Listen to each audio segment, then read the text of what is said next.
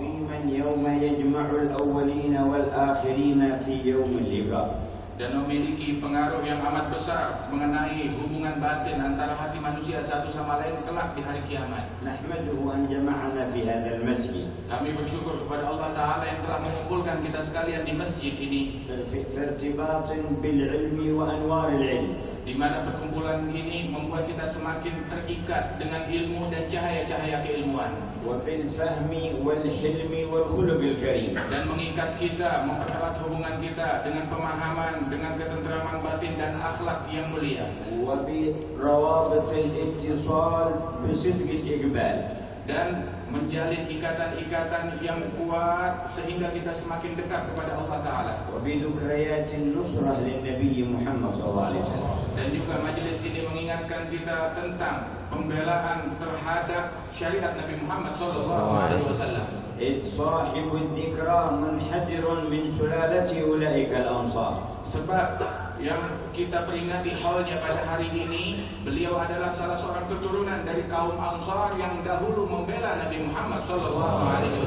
فقد كان فردا من تلك الأسرة التي اشتهرت بآل الخطيب بتريم حدرت من سلالة سيدنا عباد بن بشر الأنصاري رضي الله عنه. Yang mana beliau Syekh Umar, beliau adalah dari keluarga Alil Khatib, rumah ilmu di kota Tarim, yang merupakan keluarga Alil Khatib ini keturunan daripada seorang Ansari sahabat Nabi Muhammad. والأنصار قبيلتان الأوس والخزرج اختارهم الله لنصرة النبي محمد. Dan kaum Ansar, mereka itu menjadi dua golongan dari kaum Ansar yang dipilih oleh Allah Ta'ala untuk membela Nabi Muhammad dari kaum Aus dan Khazraj. ساقتهم الأقدار من اليمن حتى استوطنوا في المدينة المنورة. Yang mana Allah Subhanahu wa Ta'ala mengatur bagaimana takdir mereka, kedua kabilah Aus dan Khazraj itu dari Yaman hingga mereka tinggal dan menghuni Madinah Al-Munawwarah. وكان اليهود في المدينة يفتنون بينهم ويذكون نار الحرب فيما بينهم ويهددونهم كذلك. Dan dahulu ketika mereka di Madinah, mereka dipengaruhi oleh orang-orang Yahudi yang ada di sana untuk saling berkelahi dan ribut antara mereka satu sama lain. ثم كانوا يقولون لهم قرب وقت ظهور نبي نكون معه فنقاتلكم ونهزمكم.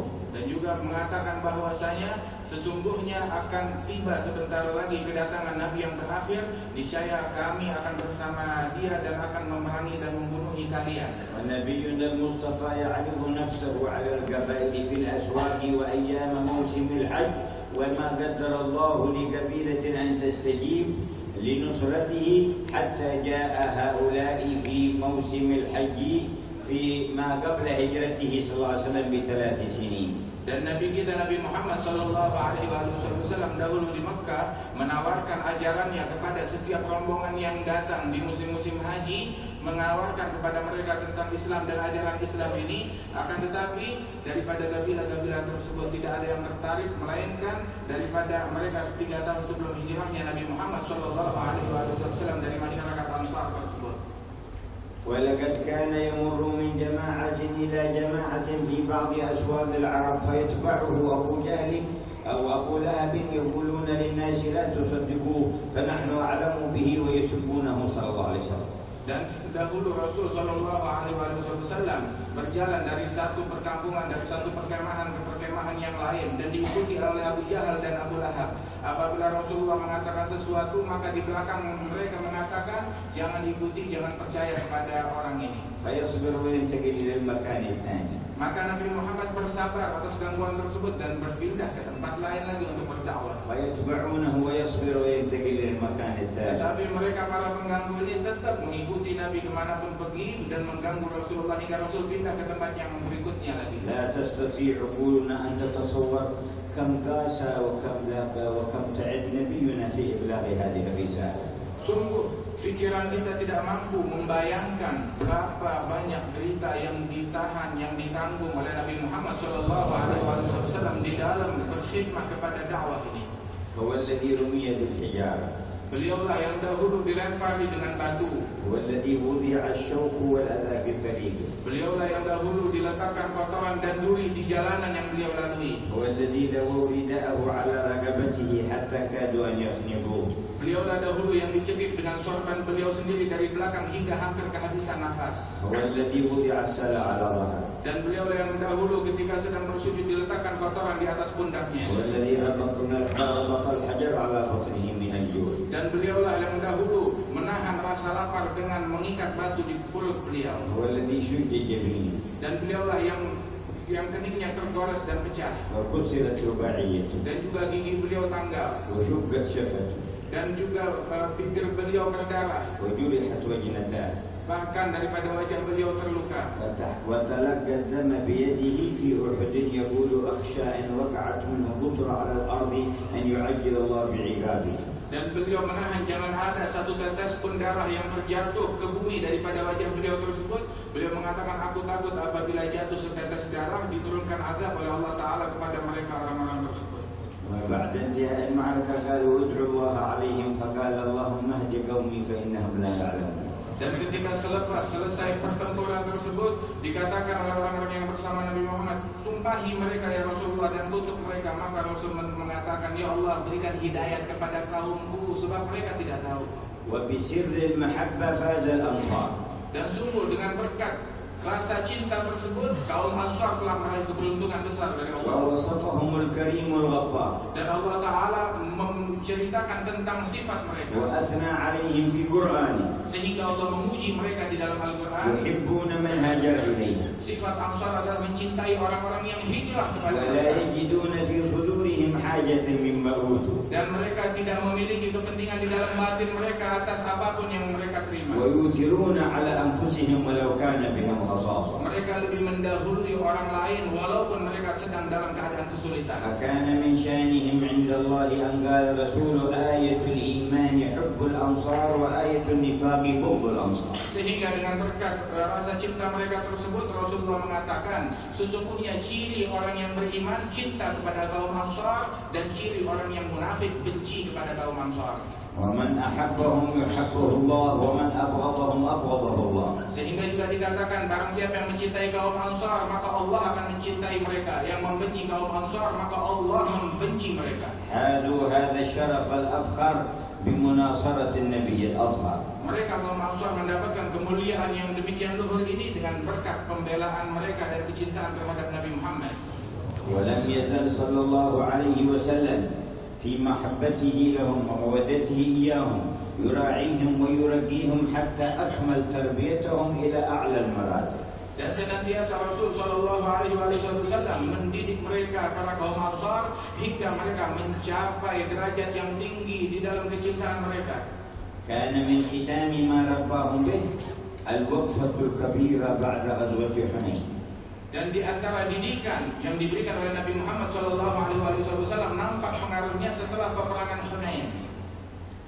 فقد كثرت الغنائم والأموال فوزعها صلى الله عليه وسلم وأكثرها على المؤلفة قلوبهم ممن أسلم قريبا.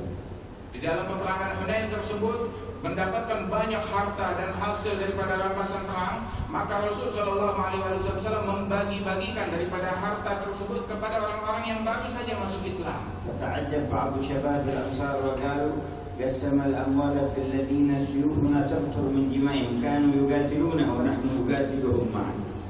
Maka sebagian pemuda-pemuda yang masih muda daripada kaum Ansar berkata, bagaimana ini Nabi Muhammad memberikan harta kepada orang-orang yang barusan saja dia berperang melawan kita, dan barusan saja pedang kita masih bercucuran dengan darah mereka, lantas begitu mereka sebentar masuk Islam dibagikan harta untuk mereka. ومر بضرب خيمة يدعى إليها الأنصار وحدهم.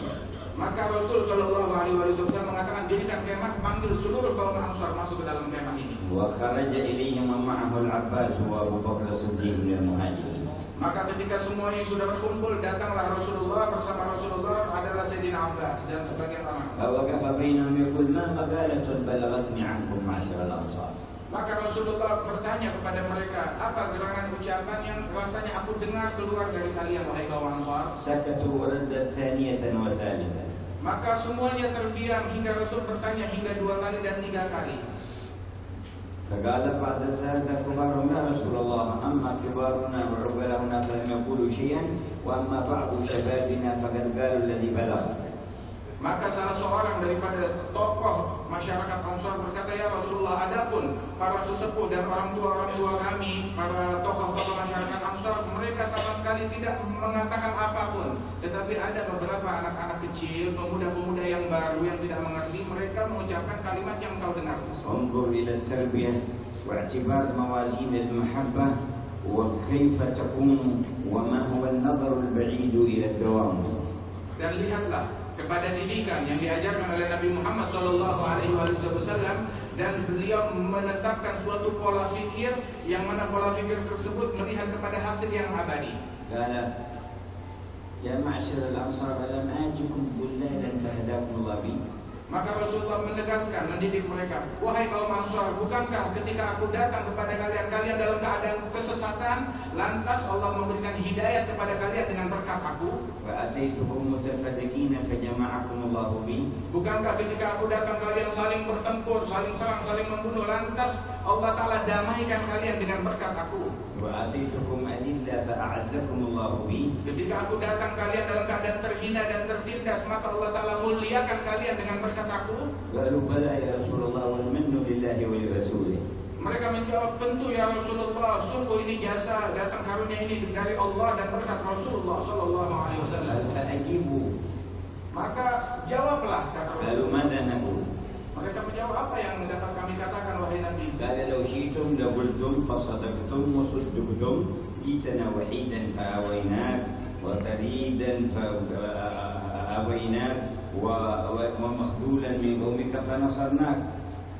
Kalau kalian mau mengatakan, bisa saja kalian, boleh saja kalian mengatakan bahwasanya aku Muhammad datang dalam keadaan sendiri dan kalian yang menerima aku, dan aku datang dalam keadaan terusir dan kalian yang menjaga aku dan kalian yang melindungi aku. Bisa saja kalian mengatakan ucapan itu. وتحرك الإيمان من داخل قلوبهم وصاحوا لا بل المن لله ورسوله.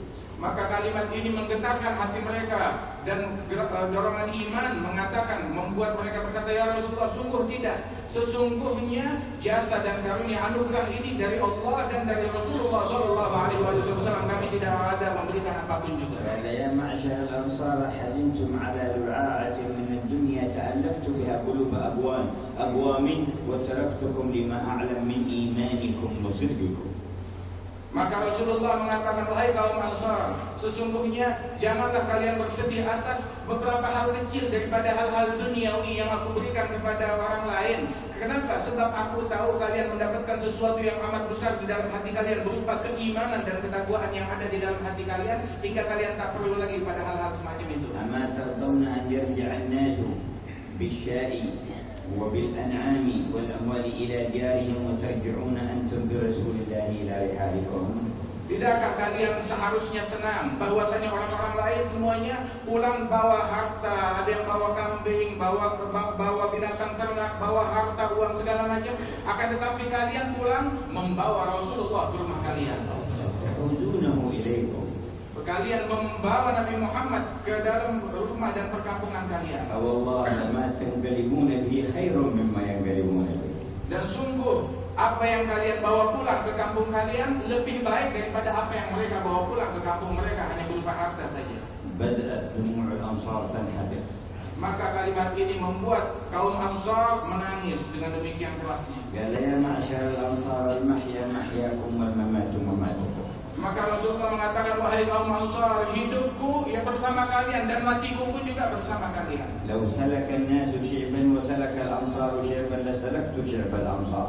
Seandainya orang menempuh suatu jalan, suatu lembah, dan kalian kaum Ansar menempuh lembah yang lain, aku akan ikut bersama kalian, bukan mau bersama yang lain. ولولا الهجرة لكنت امرأ من الأنصار. Seandainya bukan karena pahala dan fadilah daripada hijrah, niscaya aku adalah orang yang berasal dari suku Ansar. ثم دعا لهم قال اللهم ارحم الأنصار وأبناء الأنصار وأبناء أبناء الأنصار. Kemudian Rasulullah mendoakan, "Ya Allah, berikan rahmatmu kepada kaum Ansar dan anak-anak daripada kaum Ansar serta keturunan daripada kaum Ansar."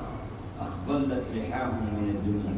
Kalimat ini sungguh membuat janggut mereka menjadi basah dengan air mata. وقال يا معشر الأنصار إنكم ستلقون أثرة من بعدي فاصبروا حتى تلقوني على الحوض فإني منتظركم على الحوض. Lantas Rasulullah mengatakan, wahai kaum Ansar, sesungguhnya kalian akan mendapatkan kecemburuan setelah aku terhadap kalian. Maka bersabarlah di dalam menghadapi kecemburuan tersebut, sebab kelak kita akan berjumpa di telagaku nanti semua. وقامت خلافة الإسلام ولم تحم الإمارات حول الأنصار ووفوا بعهد الله ورسوله وصدقوا حتى لقوا الله. Ketika berjalan khilafah keislaman setelah wafat Rasul Shallallahu Alaihi Wasallam, maka daripada kaum Ansar mereka jauh daripada pemerintahan dan daripada khilafah tersebut, tetap mereka membela Allah dan Rasul Shallallahu Alaihi Wasallam tanpa pamrih apapun juga. Karena جماعة منهم خرجوا إلى حضرموت في عهد سيدنا أبي بكر الصديق. Di zaman Sayyidina Abi Bakar Siddiq, sekelompok daripada kaum Ansar datang ke negeri Hadramaut. منهم سيدنا عباد بن بشر. Di antara mereka adalah Sayyidina Abbad bin Bishr.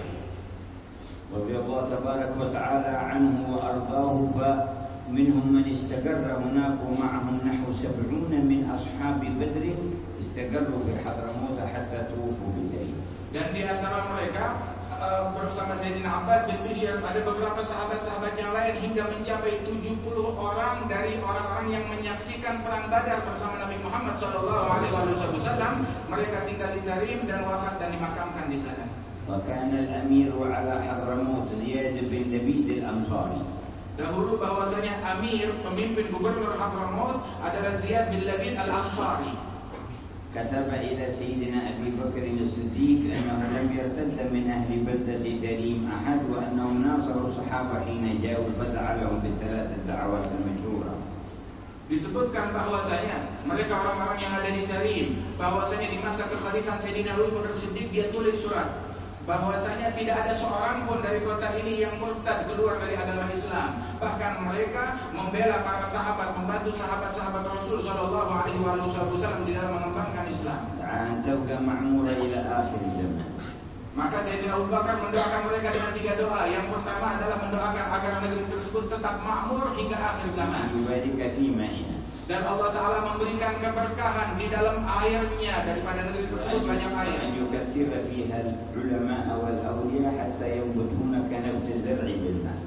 Dan juga doa yang ketiga agar Allah Ta'ala menumbuhkan banyak para ulama dan para wali-wali di kota tersebut sebagaimana tumbuhan-tumbuhan yang bertumbuh di musim penghujan. Maka sungguh doa Sayyidina Abu Bakar dikabulkan oleh Allah Ta'ala dan nampak hasilnya. وانحدرت فيها سلالات طيبة وفي الوادي كله. Dan bermunculanlah daripada keturunan-keturunan yang baik, orang-orang yang mulia, para wali-wali besar, dan di seluruh lembah Hadramaut tersebut. اجتمع في الوقت الواحد 360 مفتي. Dalam satu zaman, di satu tempat yang sama, berkumpul 360 mufti. وإلى أوقات ليست ببعيدة كان العلم وسط أسواقهم يدار. Bahkan di waktu yang belum jauh, waktu yang dekat, yang tidak terlalu jauh masanya dari kita, ilmu sampai di pasar-pasar pun juga mereka berbicara dengan bahasa keilmuan. وكان بعض المشتغلين بالبيع والشراء والدلالة في السوق يقرر عبائر الإمام النووي في المنهاج ويقرر الأقوال ومقابلها لأصحابه وسط السوق.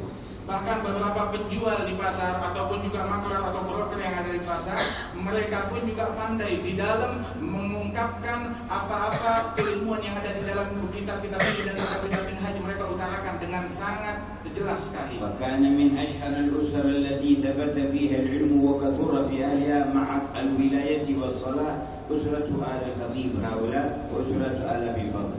Di antara keluarga ataupun suku yang mana paling banyak di situ ulamanya dan para wali-wali serta orang solehnya adalah daripada keluarga Al-Khatib ini, dan juga daripada keluarga Al-Bafadl. وبمجرد وصول أهل البيت الطاهر إلى حضرموت قاموا معهم مقاما يذكر بعهد آبائهم مع رسول الله. Maka ketika sampai daripada keluarga Nabi Muhammad SAW ke lembah Hadramaut, mereka bangkit bersama mereka dan mengingatkan daripada pembelaan leluhur mereka dahulu bersama Nabi Muhammad SAW. استمر روح النصرة وسرها من جدهم إليهم. Maka berlanjutlah jiwa pembelaan terhadap Nabi Muhammad mulai dari zaman leluhur mereka hingga sampai kepada keturunannya ini. فحافظوا على العلوم والأعمال. Mereka lah orang-orang yang berjuang di dalam menjaga keilmuan dan pengamalan. وسيرة متلقاة من قرن عن قرن وعصر عن عصر. Dan juga menjaga daripada sirah yang didapat daripada generasi demi generasi. آثارها برزت في حياة هذا الشيخ صاحب الذكر. Yang mana pengaruh daripada dikirimkan tersebut nampak di dalam kehidupan Syekh yang kita peringati halnya pada hari ini, Syekh Umar Khatib. رأيتم فيه مظهر الفقه في الدين. Kita melihat dalam diri beliau merupakan suatu keilmuan fikih yang amat besar di dalam agama. وحرص على دقائق المسائل مع علوم متعددة وفنون متنوعة متعلقة بعلوم الشريعة. Yang mana beliau menguasai dari berbagai bidang-bidang keilmuan keagamaan, beliau kuasai dengan matang daripada berbagai problem-problem dan masalah-masalah yang ada di dalamnya. وسمعتم مثل تعلقه بقيام الليل مثلا والنسك والعبادة ذلك سر من أسرار التربية. Dan juga kita mendengarkan bagaimana ketekunan Syekh Umar Khatib di dalam ibadat beliau, di dalam qiyamul lail beliau, yang mana itu semua adalah berkat didikan tarbiyah yang beliau dapat dari para leluhurnya dan salafnya. أمانة وعفة وورع في المعاملة. Kemudian juga dalam perlakuan beliau dengan sesama nampak daripada sifat amanat beliau dan juga keapikan beliau dan juga kemuliaan beliau. حرص ونصيحة للصغير والكبير. Dan beliau penuh dengan ketulusan dan rela memberi nasihat kepada siapapun yang besar maupun yang kecil. وتشمون منهم عرف المودة لأهل البيت الطاهر. Sehingga satu hari kita dapat menghirup, mencium dan merasakan bagaimana kecintaan terhadap keluarga Nabi Muhammad kalau kita sudah ada duduk di dekat beliau. مكارم سرية كاسها من أيام صغره. Dan inilah kemuliaan-kemuliaan yang dahulu beliau dapat, beliau hirup sejak beliau masih muda dan masih kecil. وصلات بشيوخ أهل رسوخ. Dan beliau memiliki hubungan yang erat dengan para syuyukh, ulama-ulama besar yang memiliki kedudukan tinggi di sisi Allah. واسألوا البقعة التي أنتم فيها كم عهدت منهم المجلس. Tanya kepada tempat yang kita duduki, yang kita pijak saat ini, yang kita hadiri, berapa banyak majelis di tempat ini diadakan oleh beliau. كم سمعت منهم من علم. Berapa banyak tempat-tempat mendengar daripada ilmu yang beliau utarakan dan sampaikan. كم شهدت منهم من اعتكاف. Berapa banyak masjid ini menyaksikan i'tikaf yang dilakukan oleh beliau. مثل هذا اليوم كان يعقد درسا. Yang mana di hari yang sama seperti ini pula beliau dahulu pun juga melakukan pengajian dan daras majelis di majelis. وسيلة المودة والمحبة التي بنى عليها الإسلام شانه في الخلق تجدونها في صلته بهؤلاء الكبار والأعيان ومن كانوا في زمنه عليه رضوان الله. Dan juga menjalin hubungan dengan orang-orang mulia yang dianjurkan di dalam agama Islam dilakukan oleh beliau di tempat beliau ini dengan orang-orang yang dekat dengan beliau dan orang-orang dan para ulama dan salihin. وممن مضى من أهل وداده في الله الحبيب عوض بن حامد عليه رحمة الله تعالى. Dan di antara sahabat dekat beliau adalah Habib Awad bin Hamid alaihi rahmatullah. Habib Ahmad bin Sumayt alladhi jama'a Allah lahu ma'a al-ilmi wa at-ta'lim syahada. Dan juga Habib Ahmad bin Muhammad bin Sumayt yang mana Allah Ta'ala mengumpulkan dalam diri beliau itu keilmuan dan juga syahadah fi sabilillah. Allah yarhamhum wa yajma'na bihim fi daril karam. Mudah-mudahan Allah Ta'ala memberikan rahmatnya kepada mereka dan dikumpulkan kita bersama mereka di tempat yang mulia. Kunna nawadda an nati ila Singapura fi hayati alaihi rahmatullah wa huwa kan yawaddu dhalik kama hadathani ba'dhum wal an fi al-majlis dzakara hadha as-sayyid Habib Hasan bin Muhammad. Dan juga kata Habib Umar, dahulu saya sejak dulu ingin sekali datang ke Singapura berjumpa dengan Syekh Umar Khatib di masa hidup beliau. Sebagaimanapun juga Syekh Umar bin Abdul Khatib menginginkan kedatangan Habib Umar, perjumpaan secara langsung di Singapura ini sebagaimana barusan diceritakan oleh Habib Hasan. صادف وقت بعض الظروف أرباب السياسات لم تتيسر التأشيرة للدخول ولم يتيسر من دونه إلا بعد وفاته.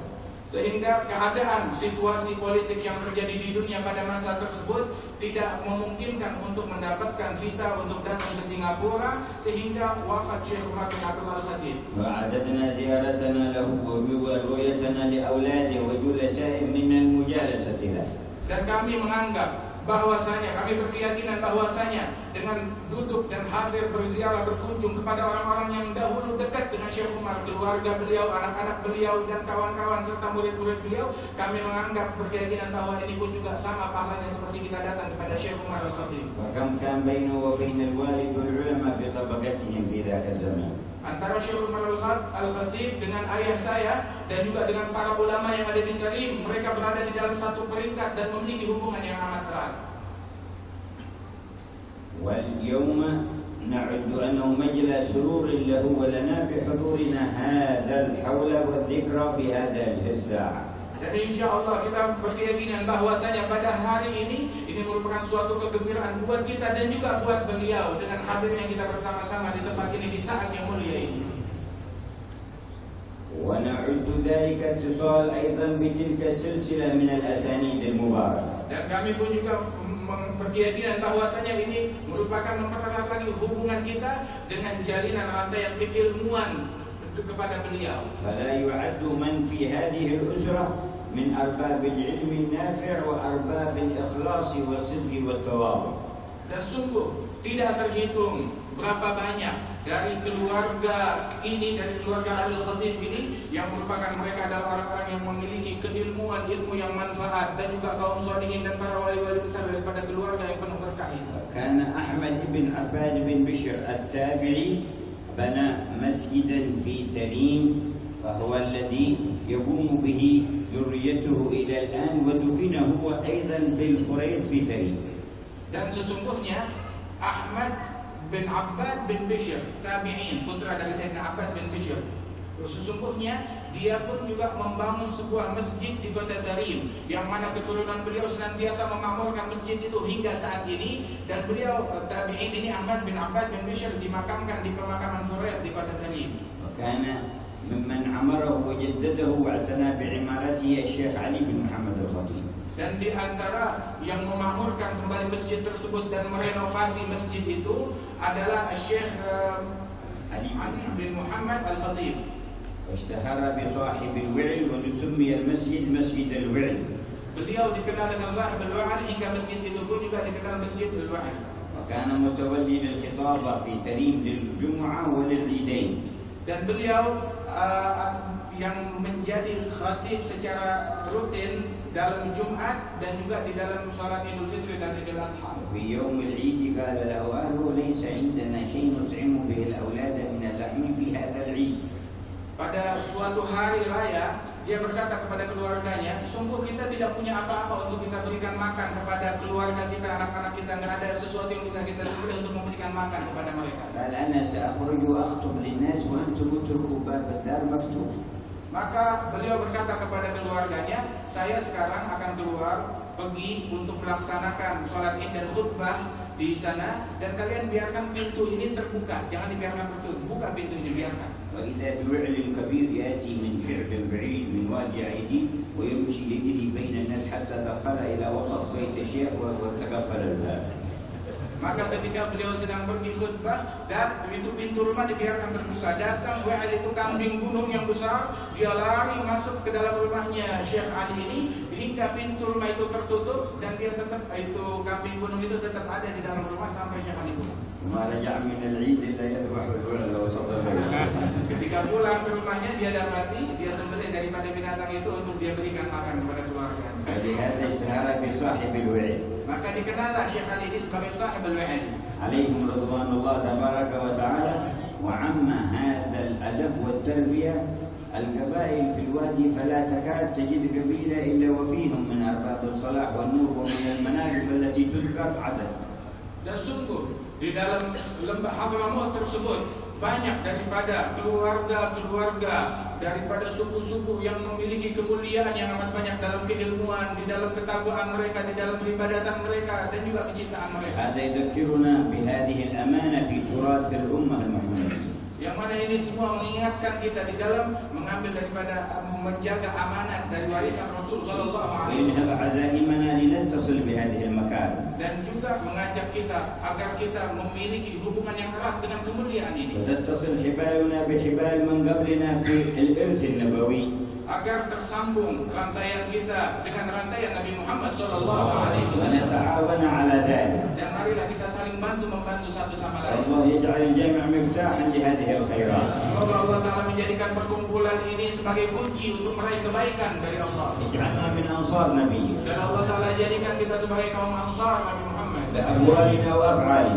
dengan ucapan kita, dengan perbuatan kita, وأموالنا وأرواحنا yang rela membela Nabi dengan harta kita dan ruh kita, ننصر سنته وهديه في ديارنا hingga kita membela Nabi Muhammad di dalam rumah kita dan juga di dalam keluarga وفي kita, أهلنا وأولادنا di antara anak-anak kita dan istri وفي kita, أصحابنا وأصدقائنا menunjukkan pembelaan terhadap Nabi antara sahabat-sahabat kita, ونهتدي بهديه. dan kita mengikuti jejak Nabi Muhammad. وكما ذكرناهم محبين لهم من أجلك احشرنا في زمرتهم يوم القيامة. Sebagaimana kita mencintai mereka karena Allah Subhanahu wa taala, kumpulkan kami sekalian bersama mereka esok di bawah bendera Nabi Muhammad. لنرى وجوه المهاجرين والأنصار Agar kita esok dapat melihat wajah kaum muhajirin dan ansar, وآل بيت النبي المختار dapat melihat wajah daripada keluarga Nabi Muhammad تحت لواء الحمد di bawah bendera beliau, وآدم هناك dan Sayyidina Adam pun juga di bawah bendera tersebut, bersama Nabi Nuh di bawah bendera, dan Nabi Ibrahim di bawah bendera وموسى Nabi, هناك dan di sana ada وعيسى Nabi Musa هناك dan Nabi Isa, والأنبياء كلهم dan seluruh nabi-nabi bernaung di bawah حامل bendera, الراية نبيكم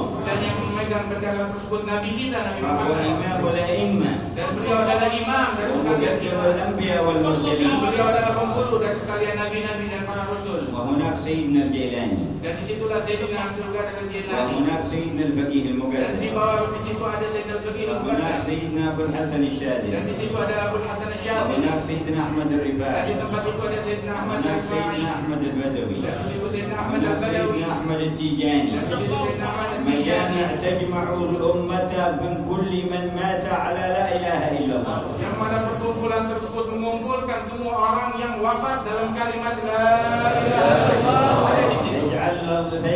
فالله يجعلنا في أوائل تلك الصفوف. Semoga Allah Ta'ala mendudukkan kita di barisan pertama di barisan tersebut.